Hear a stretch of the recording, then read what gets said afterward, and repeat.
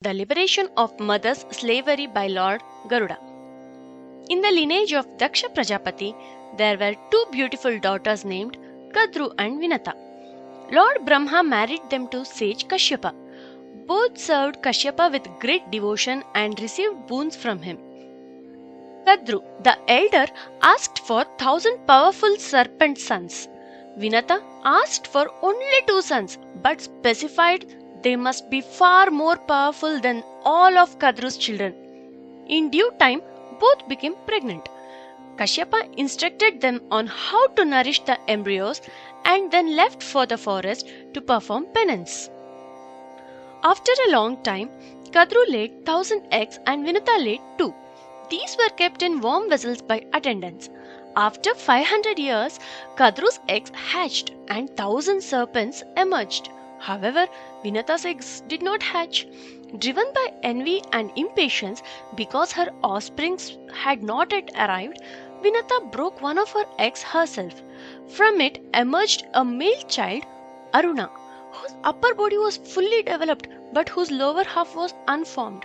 Angered, he cursed his mother, "Because of you, my body is incomplete. Therefore, you shall become a slave." He added that her second son would liberate her from slavery after another 500 years and told her to protect the remaining egg. Aruna then rose to the sky to become the charioteer of the sun god Surya. During the churning of ocean, Samudramatana, the divine horse Uchchaishravas emerged. Kadru and Vinata saw this horse and argued over its color. Vinata said it's pure white, but Kadru claimed its tail was black. They made a bet. The loser would become the slave of the winner. Kadru then ordered her serpent sons to attach themselves to the horse tails to make it look black. When some refused to cheat, she cursed them to be burnt in King Janamejaya's snake sacrifice. Brahma approved this curse as it would destroy wicked serpents. Eventually, some serpents covered the tail. The next morning, seeing the tail was black, Vinata lost and became Kadru's slave. Around this time, Garuda was born from the second egg. Immediately upon birth, he flew into the sky with great hunger. He was so radiant and immense that the demigods mistook him for Agni, the fire god, and prayed him. They realized he was a divine being born for the destruction of the serpents and the benefit of the world. Garuda, pleased by the hymns of the demigods, reduced his immense size and brilliance for the welfare of the world. He then went to his mother, who was on the other side of the ocean. Once, Kadru ordered Garuda to carry her and her serpent sons to a beautiful island called Ramaniyaka. Garuda flew close to the sun and the heat caused the serpents to faint. Kadru prayed to Indra, who brought rain to revive them. After staying there for a while, the serpents ordered Garuda to take them to another island. Garuda, frustrated, asked his mother about the cause of their slavery. Upon learning the truth, he asked the serpents what he could bring to buy her freedom. They demanded the Amrita, nectar of immortality.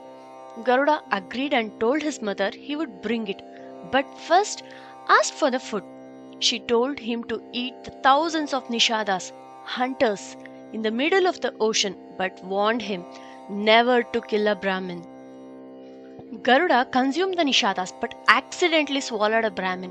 Feeling a burning sensation in his throat, he immediately let the Brahmin out. Still hungry, he went to his father Kashyapa, who directed him to a lake where a giant elephant and a tortoise were fighting. These were 2 brothers from a previous life who had cursed each other over a property dispute. Garuda picked them both up and looked for a place to eat. He landed on a massive banyan tree, but its branch, which was 100 yojanas long, broke under his weight. Seeing the Valakilya sages meditating on the branch, Garuda caught the branch in his beak to prevent them from falling. Then he flew to the sage Kashyapa at Mount Gandhamadana.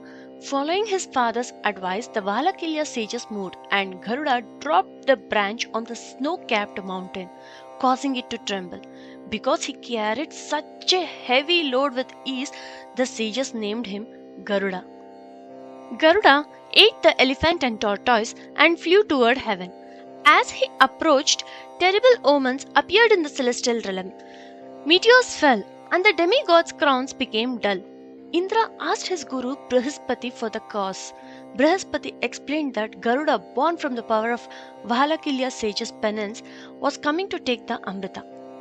Indra ordered the demigods to protect the nectar. When Garuda arrived, the demigods trembled with fear.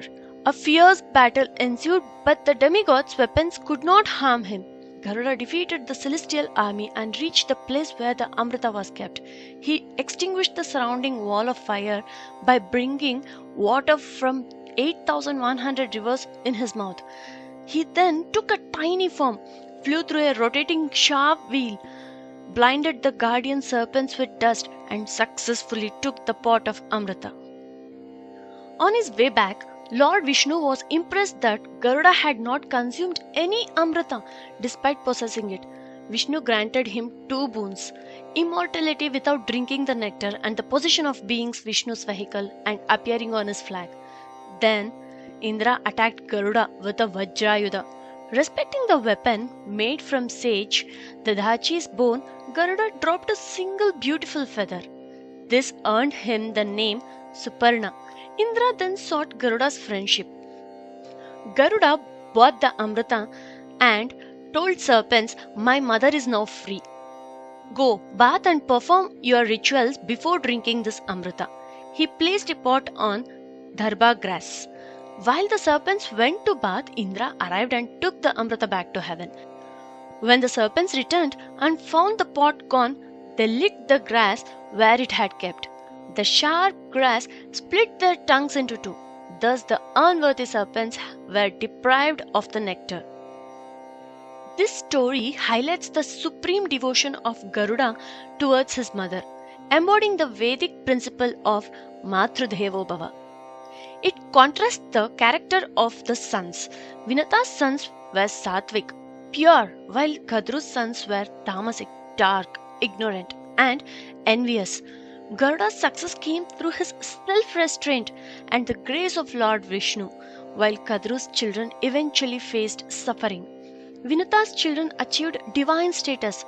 Envy leads to downfall, but devotion and patience leads to liberation.